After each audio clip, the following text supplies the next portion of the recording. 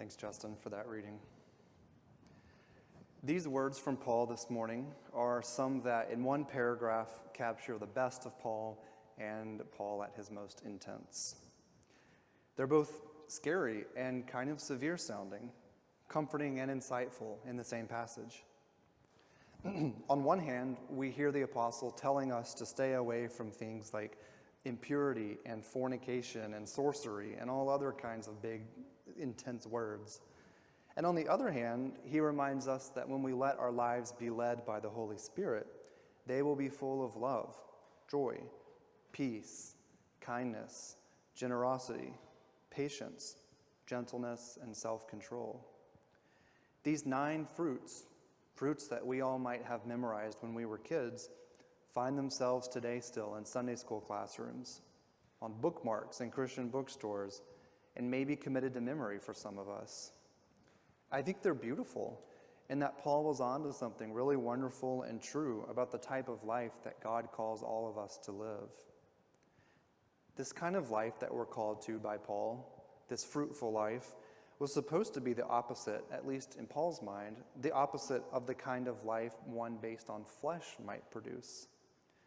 On the other end of the spectrum from the virtues that Paul just listed are behaviors that he discourages, behaviors with complicated names like licentiousness and carousing. This impulse to categorize things, to put things into opposite categories, gives us a glimpse into how Paul probably thought about other things in his life. Although he was, on one hand, undeniably Jewish, he was, on the other hand, a Hellenized Jew who wrote in Greek.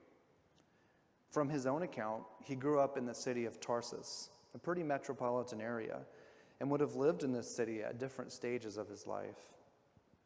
Assuming this is true, he would have known just as much about Greek and Roman ideas about how the world works as he was with what his faith and nation said about how life works. The Judaism that Paul embraced was, unlike other forms of Judaism in Palestine, so deeply entrenched with Greek ideas about people and the world. One of these ideas revolved around freedom, reason, nature, consequence, sobriety, virtue, and duty, right and wrong, and how to put these two into different categories. The words that Justin just read this morning show us Paul doing exactly that. Paul's familiarity with Greek philosophy and ideas is clear in Acts 17 when he's in Athens, in which Luke tells us that just like Socrates, Paul debated everyone in the marketplace with anyone whom he met. Acts 17. The Stoics and other philosophers whom he debated with there said that just like Socrates, Paul seemed to be a proclaimer of other gods. Verse 18. He was even put on trial to explain his teachings. The Greek readers of Luke's gospel who were reading this about Paul would have found this story pretty familiar. They would have heard it before. We also see some of his familiarity with Greek ideas in his writing, too. Like the Platonists before him, Paul wrote to the Romans that one way of coming into contact with what is good in the world is through reason. But for Paul, he says that reason helps us not only find good, which the Greeks would have said, but find God. So he took this idea and he expanded it. He says, quote, "For what can be known about God is perfectly plain to them, since God has made it plain to them. Ever since the creation of the world, the invisible existence of God and his everlasting power have been clearly seen by the mind's understanding of created things." His letter to the Corinthians is another illustration of his familiarity with Greek ideas about the world. Ideas he's familiar with enough to disagree with pretty boldly.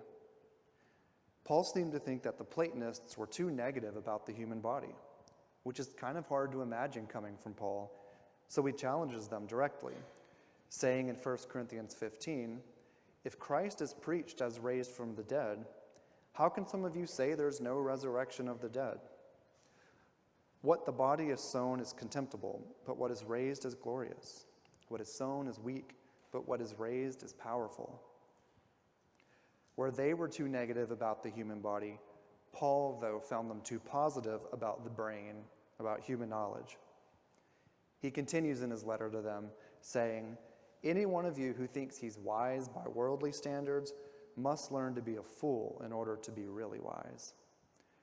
And then there's this line that you may know, "For the wisdom of the world is folly to God," or foolishness to God, depending on the translation. It's from 1 Corinthians.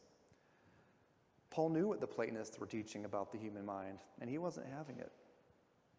But unlike the Stoics, who are on the other end of the spectrum, and who Paul enjoyed getting in debates with, Paul believed in a God who was really personal, one who calls people into a life of active love, rather than one that looks inward and is focused on self-reform. But like Stoicism, Paul submitted himself fully and wholeheartedly to the unknowable mystery of God and to the unity of the created world. And he centered his understanding of the church around these concepts. He especially liked the Stoics' emphasis on self-discipline, to the extent that this is kind of what Paul is known for. Here's a less known piece of his writing from his letter to the Corinthians. He says, Do you not realize that though all the runners in the stadium take part in the race, only one of them gets the prize? Talk about uplifting. Run like that to win. Every athlete concentrates completely on training, and this is a wind to wreath that wither, whereas ours will never wither. In his letter to Thessalonica, it keeps going. In his letter to Thessalonica, Paul seems to nod his head at the Epicureans, who valued independence and simplicity, writing, quote, "Make a point of living quietly, attending to your own business, and earning your living, just as we told you to, so that you can gain the respect of outsiders and not have to depend on anyone." Yet, he was familiar enough with the Epicureans to be suspicious of their self-indulgence, telling the church, "If the dead aren't going to be raised, then let us eat and drink, for tomorrow we will be dead. Bad company corrupts good ways." Something tells me he was not the life of the party. Needless to say, though, Paul knew his philosophy. He was clearly a smart guy. But he also seemed to know that Greek ideas maybe weren't enough. Just as you heard, Hellenistic thinking proved useful for the betterment of the individual. A person could turn to Greek concepts about life and the body to reform oneself. But at least for Paul, these ideas didn't seem to offer much help for his neighbors in need of healing and better ways of relating to one another. After all, as you probably know, Paul lived and taught in occupied Palestine, a vulnerable coastal place that never really seemed to catch a break from invasion. Times weren't good for them.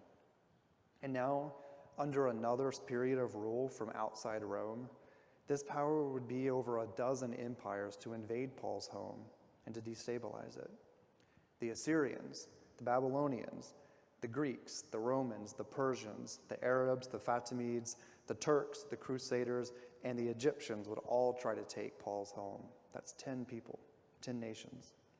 And then after this period, from about 1517 to 1917, the Ottoman Empire ruled much of the region.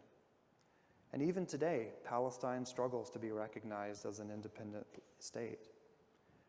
Just as it is today, there and here, there was need for healing. And not unlike us in the United States today, things weren't great, and people needed some good news. For freed people and enslaved, for Jew and Gentile living in Palestine, for folks uprooted from their homes, Greek philosophy didn't cut it.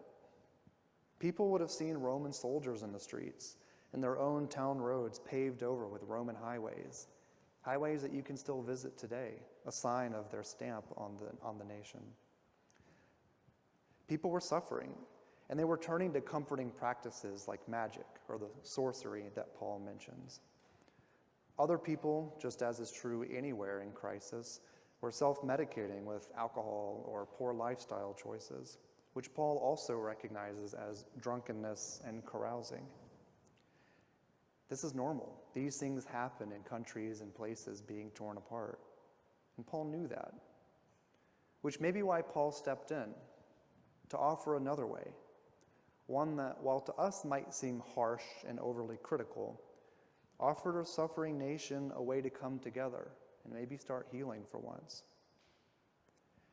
Maybe Paul didn't really care so much about what other people did with their lives, so much as he saw a chance to unify a divided people, no longer under enmity, envy, strife, anger, and jealousy, but love, joy, peace, patience, kindness, generosity, faithfulness, gentleness, and self-control. In a country being torn apart, Paul's neighbors must have also really yearned for an intimate community. So Paul did just that. He invited them to participate in one with comforting rituals like sharing a sacred meal or initiation through the waters of baptism, and now a covenant for how they might all live, a couple rules. With people growing further apart in Palestine, Paul brought them together, and he invited them into a new identity, one much greater than race, nationality, or religion, one that we call the church. Rooted in the Holy Spirit, he believed this church could produce fruit, really good fruit, not enmity, strife, anger, or jealousy, but love, joy, peace, patience, kindness, generosity, faithfulness, gentleness, and self-control. I don't know if you've been to Israel before, but the olive trees in Israel have been around for centuries, if not millennia. They're ancient. The same trees that Jesus walked by might still be growing today, which is a crazy concept to consider. One of the oldest living trees right now is growing is believed to be a 4,500-year baobab in Madagascar, the large trees that you've probably seen with massive trunks that go up endlessly into the sky. And now scientists believe that the Great Basin bristlecone pine can grow for 5,000 years to 7,000 years. Just wrap your mind around that. Paul must have seen those old olive trees because he chose to compare them to the Holy Spirit, something you can't see. The Spirit that, just like some trees, gives life, bears fruits, and roots itself. Could the Holy Spirit be doing the same thing today? Could it still be bearing these 9 fruits, growing, taking root, changing us? With the Holy Spirit knowing this, with the Holy Spirit, how can we, just like Paul, be aware of the philosophy shaping our worldview too, so that we too can bear fruit? And how can we become more aware of these influences in our thinking, so that we, like Paul, can take what we have and build upon it? Take the influences on our thinking that our culture has given us and expand it through the thinking of the church. It's easier said than done. We'll mess up time and time again, and we'll always be figuring out new ways to move forward. Sometimes we think we're bearing fruit and we end up with an onion, right? It's not always as easy as it seems. But with one another's help and reading texts like these, I know we can get there.